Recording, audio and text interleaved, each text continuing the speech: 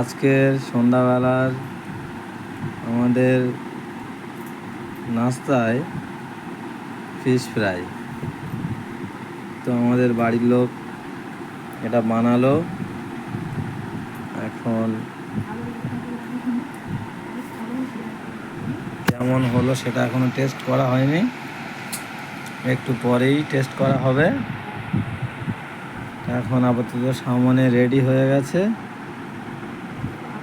আমরা টেস্ট করব। টেস্ট করে আপনাদেরকে আবার জানাবো কেমন হয়েছে। যদি আপনাদের এই ফিশ ফ্রাই ভালো লেগে থাকে তাহলে আপনারাও বানাতে পারেন বাড়ি, খুব সহজ পদ্ধতি। আর ভালো লাগলে সাবস্ক্রাইব করবেন।